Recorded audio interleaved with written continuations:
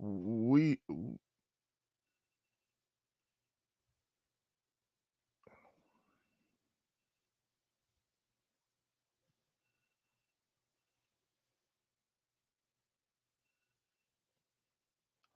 we are running late, but we are here.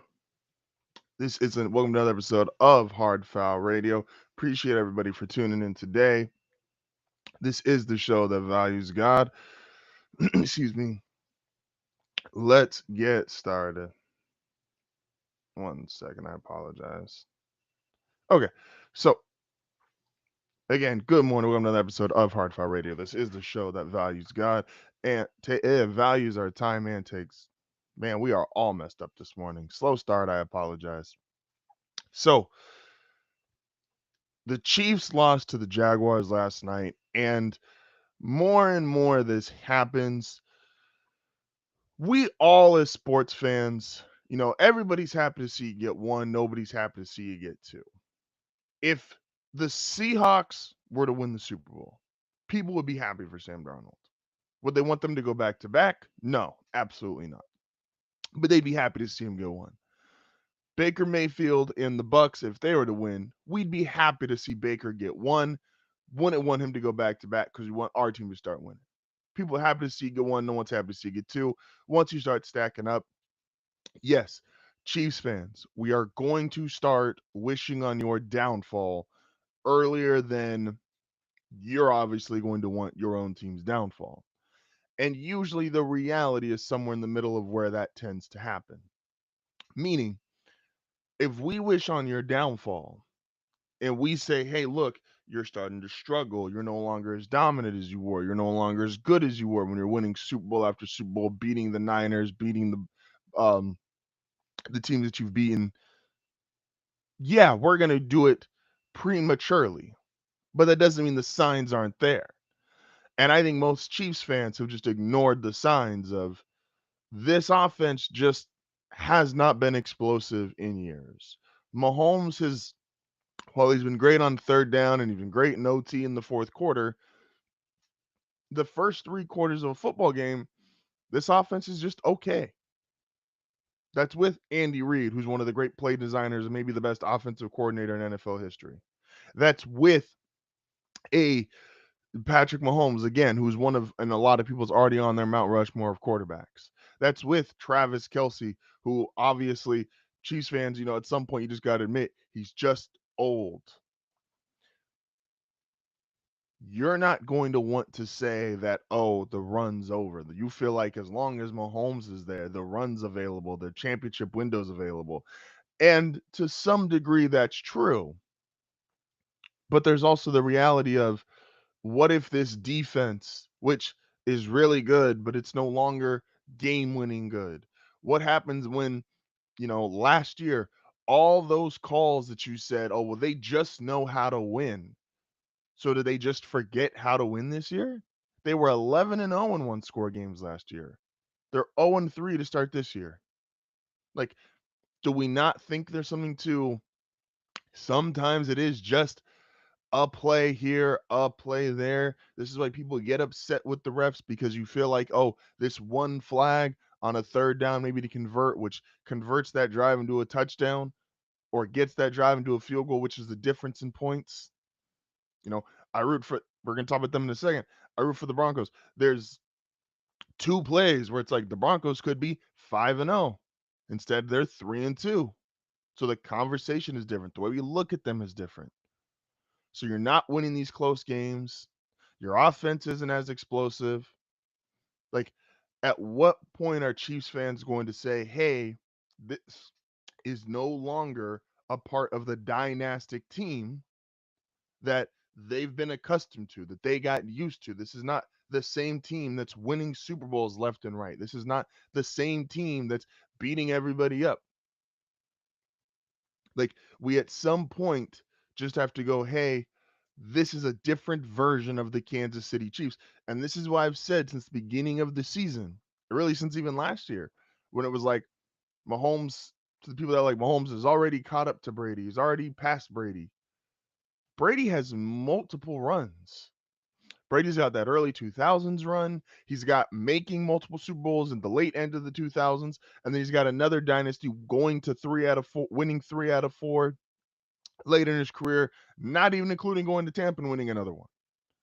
So before we crown Mahomes or we crown the Chiefs as the greatest team we've ever seen, and they're one of the greats. They had a dynasty. They're up there with the Niners, with the Cowboys, with the early Patriots. Like they're up there with all of them. The 7 consecutive or 8 consecutive AFC championship games, they've got that. You can't take away what they've already done, but we can also acknowledge they are no longer that. You just and I don't think the Jaguars are one of those teams when we do power rankings that you're gonna see I'm not as high on as maybe other people are. Maybe that's unfair. It's tough to say. But the reality of what Kansas City is going through, they're just not the dynamic, dynastic team anymore. They're not winning all their one score games. They're not having a high explosive offense. Even with Xavier Worthy there, yes, did he look great last week? Yeah. But at this point, we got to say, and I'm going to hold out until Lamar comes back, but this Baltimore defense isn't good, and they were dealing with a bunch of injuries. They aren't the super explosive offense. Yes, they're going to score a bunch of points against Baltimore. Congratulations. Everybody is. Like, we have officially hit that point of it's somewhere in the middle. Again, we were calling the Chiefs' downfall a few years ago. They continued to win. They won another Super Bowl. Great. Somewhere in the middle of when other people are calling for your downfall versus when you actually want to acknowledge it. And that's where we're at. It wasn't a few years ago like we all thought, but it's not this continuation of a dynasty like a lot of Chiefs fans thought. Oh man, it is Team Tuesday, and oh, does it feel good. So the Broncos, obviously, they beat the Philadelphia Eagles. And look, man, the reason why, again, and I don't want to start Bo Nix arguments because Bo has become a polarizing person to discuss because we either think he's great, which I'm not quite there, or people think he's absolutely terrible, worst quarterback in the league. I'm also not there. Denver does something, and I've said this since week one. The reason why I truly believe this is a great team is because they do the typical great team things. And I'm not just talking about, you know, playing well or winning games, but it's how they do it. When you're a great team, I always call it off the bus teams. You just get off the bus and the other team looks at you and goes, damn, they got guys. When you get off the bus playing the Denver Broncos, the offensive line, Bowles, McGlinchey, Powers, Miners, you see Sutton, Mims, you see on defense Benito, Zach Gallen, Patrick Surtain, Jonathan Cooper, Hufunga. Like you just see guys. You just see guys when they get off the bus, and you're like, oh, yeah, that team's better than us. You know, we're gonna compete, we're gonna play, but that team just has guys. Can you win games and you don't play well? Week 1 against Tennessee.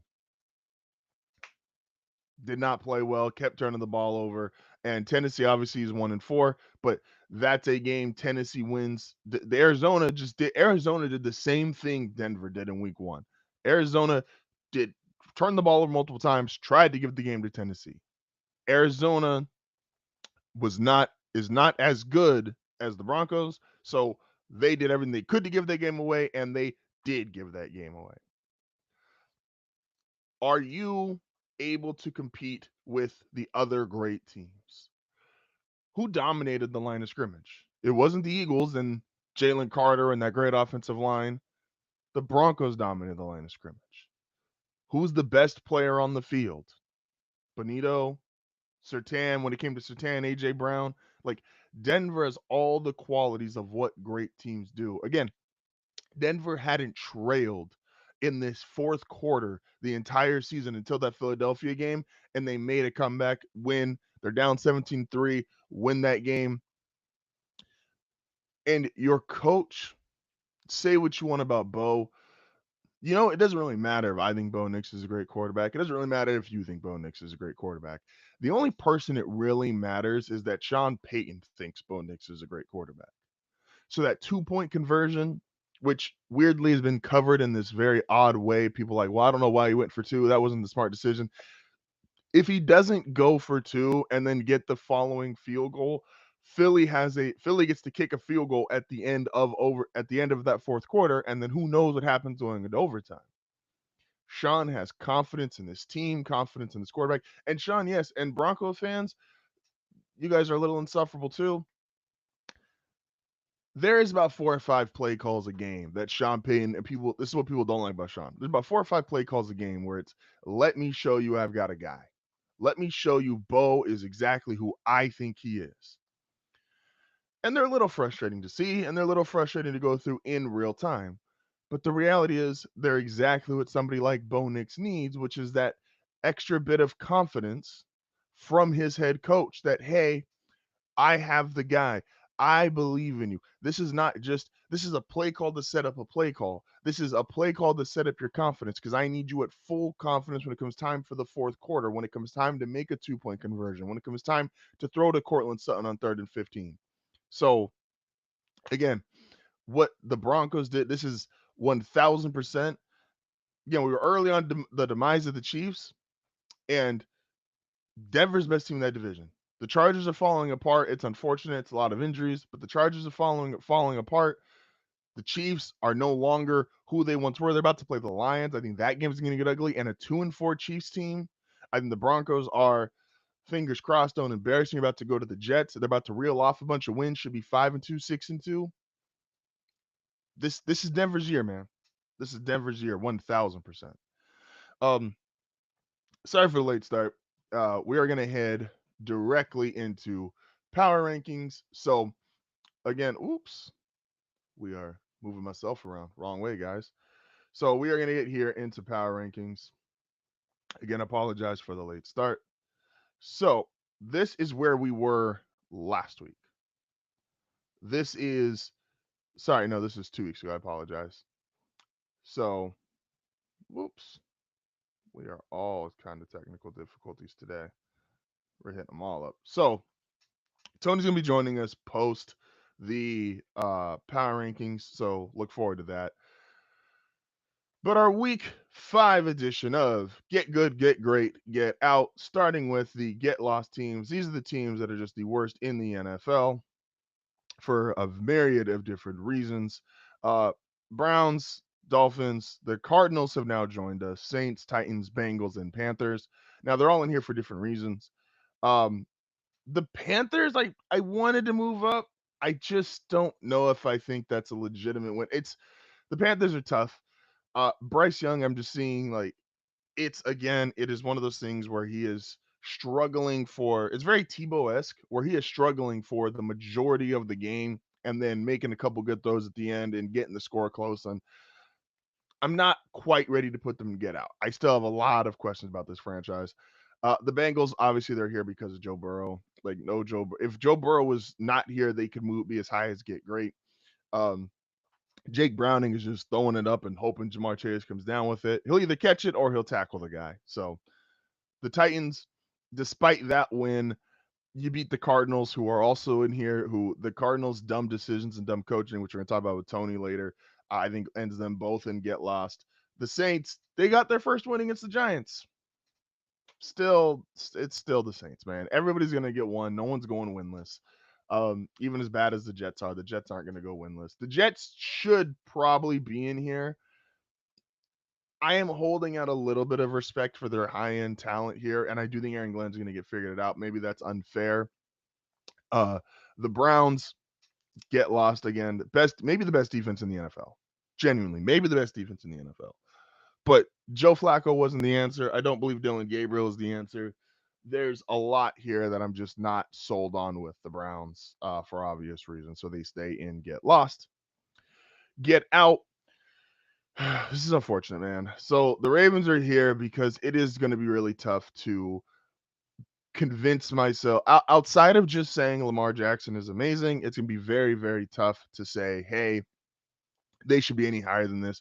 It is not a playoff team at this moment. The defense is really bad. Lamar is hurt. I think there's a chance to have a run post bye week when Lamar gets back. But as of right now, The Giants, you did lose to the Saints, but again, I think the Jackson Dart momentum is still more positive. The Patriots probably should be higher, but I'm still not convinced they're a playoff team with all the like. Yes, this is a better Patriots team, and they probably should move up, but I still don't think they're a playoff team. And I'm not quite convinced that even though Drake May is playing great, that was a great win Sunday night. I want to give it about one more week, Patriots, and I'll be ready to move you up. The Jets probably should be in get lost, I'll be honest. But again, I am respecting some of the high end talent and just some innate belief, maybe fair or unfair, about what I think Aaron Glenn will do for this team. And Justin Fields has statistically been playing well, even though they've been getting blown out. The Raiders, look, man, Geno was not this bad. I don't have any care or reason to defend the Raiders, but Geno's not this bad. But he's playing really, really. This is a tough stretch right now. 6 touchdown or 7 interceptions, 8 interceptions already. Like it's a really bad stretch. 9 interceptions. It's a bad stretch for Geno right now.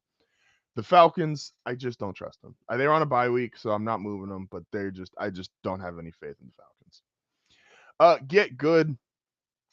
The Jaguars, who I know that was an amazing win last night, still not there with them yet. I think this defense is a little too turnover reliant, and I don't think they're going to average 3 turnovers a game. Obviously, last night they only got the one, but I think the defense it's a little too not fluky, but just a little too turnover reliant, man. I want to see them start to play just great natural defense before I'm ready to move them up into get great tier. The Seahawks, if they had beat Tampa, I would have absolutely moved them into get great. 1,000%. But they lost that game, but they still looked really good. The Bears are on a bye, so I'm going to keep them where they're at. The Texans, look, man, it's going to take me a while to be really convinced that this team won't win their division. I'm not sold on the team ahead of them. They obviously just scored 40 points against the Ravens, but again, that defense, injuries, not playing well. Um, Cowboys, this is a one-sided thing. Dak is playing maybe the best football of his life, or at least or he's probably playing the best football as great as he was the year he got injured when he was on pace to throw for over 5,000 yards and was doing that. But this defense is still a problem. The Steelers, I kind of have the Steelers and the Colts in the same boat. Whereas, yes, you're leading your division. Yes, you should win your division. Yes, everything states that you are a really good football team, but I'm just not there with Aaron Rodgers or Daniel Jones. The Chargers, this is unfortunate. It's an injuries thing. This is probably one of the best Charger teams they've had in years. And because of the O-line injuries, it's hard to me to put them much higher. The Niners, I will elevate once some guys actually start coming back from injury. And I also just have I have reservations about both quarterbacks. But I definitely have reservations. As great as I think Kyle Shanahan is, I have reservations about Brock Purdy and Mac Jones. Which I have a team in Get Great that I am going to say is probably wrong. If I had to say the team I probably rated the highest or overrated the highest is the Vikings. Look, this is a Kevin O'Connell thing. This is a defensive thing. This is a Justin Jefferson thing. It's like, oh, well, the 49ers in the same boat. No, the 49ers don't have a Justin Jefferson. I don't think the 49ers defense is this good. I think coach wise, I would actually have Kyle slightly above KOC, but they're both great.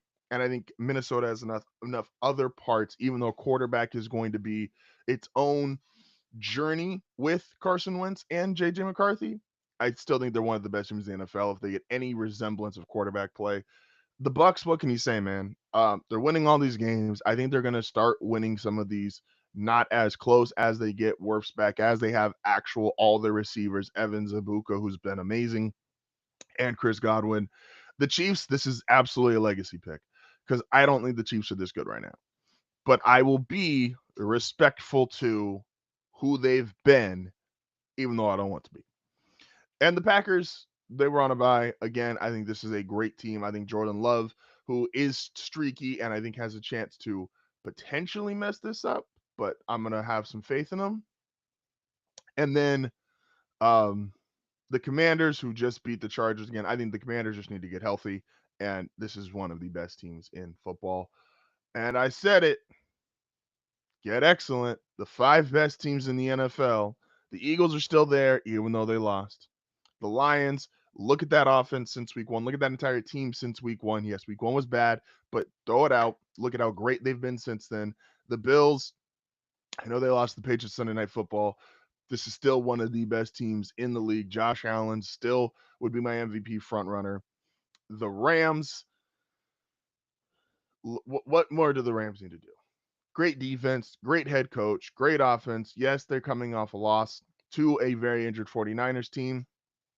I did say, however, and I want to be clear here, I think this team is absolutely excellent. I do have a lot of reservations. They did say on Thursday, I have a lot of reservations. Can they win a Super Bowl? Because if you can't beat that Niners team, you're going to have a lot of struggles. And of course, our newest inclusion into Get Excellent, of course, they're here. You beat the defending Super Bowl champs. Ben Powers is going on IR, which is unfortunate, but still the best offensive line in football. This defense, Nick Bonita was playing Defensive Player of the Year. They have a chance to do something only the Ravens did with Ray Lewis, Ned Reed, which is have back-to-back years with a different guy getting Defensive Player of the Year. This, what more do we need to say, man? And I said I was moving them up if they beat the Eagles because this is the one game on their schedule. As much predictions as I did, I said they lose that Eagles game. And what did they do? They whooped the Eagles. Whooped them. So that is Get Good, Get Great, Get Out. This is HardFoul Radio. We'll be back momentarily.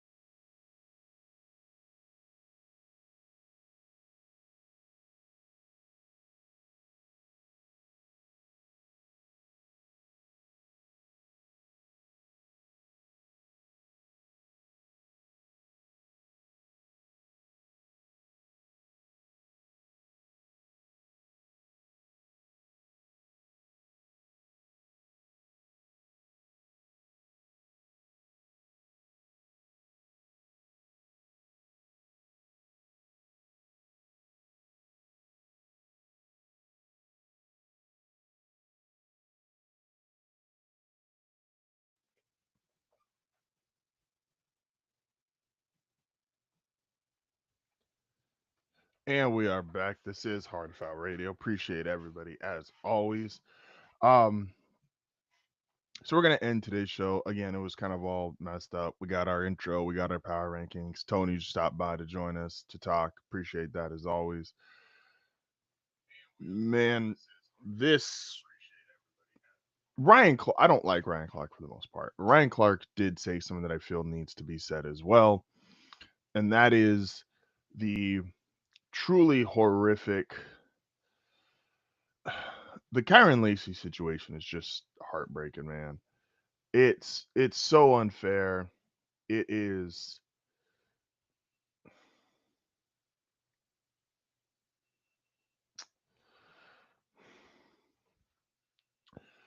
So Kyron Lacey, for anybody not aware at this point, football player LSU, in last year was railroaded essentially into he's responsible for a fatal accident. So much so like what the police did was just, oh man. Okay, so I want to make sure I say this correctly because it's beyond infuriating. When you doctor and railroad a young man into essentially thinking his life is over because you are framing him for a accident that took somebody's life to the point of he feels his life is over, where he is going to be either going to prison or he feels he has no way out. And he's a collegiate athlete. He's got his whole life ahead of him. He's got all these things that he could do.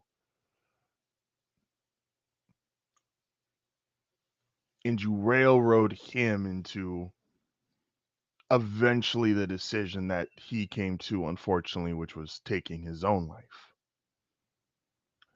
And then you release this video well after the fact that shows how far he was away from the actual accident, where he could not be involved. The reason,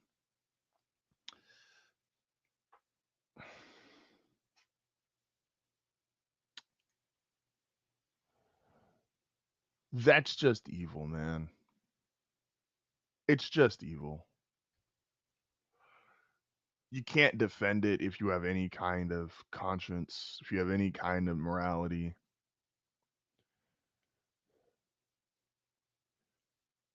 This isn't a heat of the moment situation, which is where a lot of people defend police officers.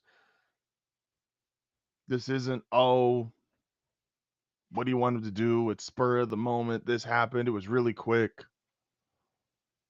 This was a railroaded attempt to a young man to assign blame to him for something still tragic that happened. There was other people that lost their life, I'm aware, but it wasn't his fault. And no matter what happens, and this is the part Ryan Clark I think did an exceptional job on. Everybody from sports networks, college football networks, NFL networks, anybody who news networks who covered this in the way, because remember how it was covered. People weren't given a whole lot of grace. People weren't given a whole lot of, well, maybe there's another thing.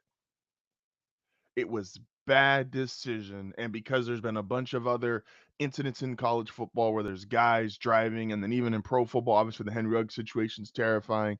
Like there's been all these other vehicular accidents that have resulted in everything from severe injuries to people's life to just all over the place.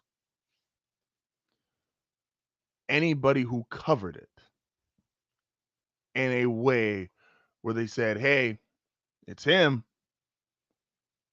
the guy from Barstool who apologized for the tweet, but he did it just on Twitter. I think you should have to actually, sit in front of a camera or sit in front of his family and say, hey, I'm sorry for being an asshole. Hey, I'm sorry for being misinformed and going out there and spreading more misinformation that led to your son taking his life.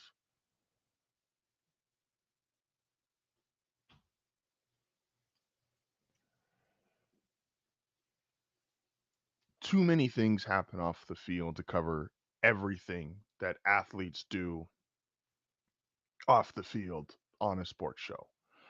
And I'm never going to be in that space because athletes do too many things. These are guys with a lot of money, a lot of time, a lot of resources.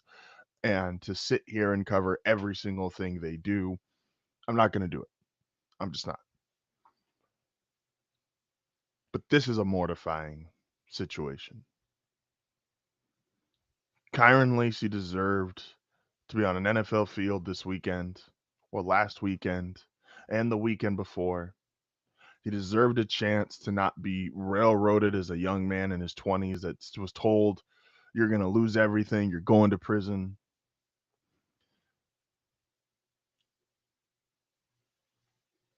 And this is the other part that sucks is he deserves justice, and we'll see what ends up happening to the officer of the station, but it doesn't really matter. He's not able to come back. Whatever they do isn't going to change the outcome of the situation. It was just an evil person doing something evil, horrific that led to something tragic. And that's fucked up. There's no other way to put it. It's just fucked up.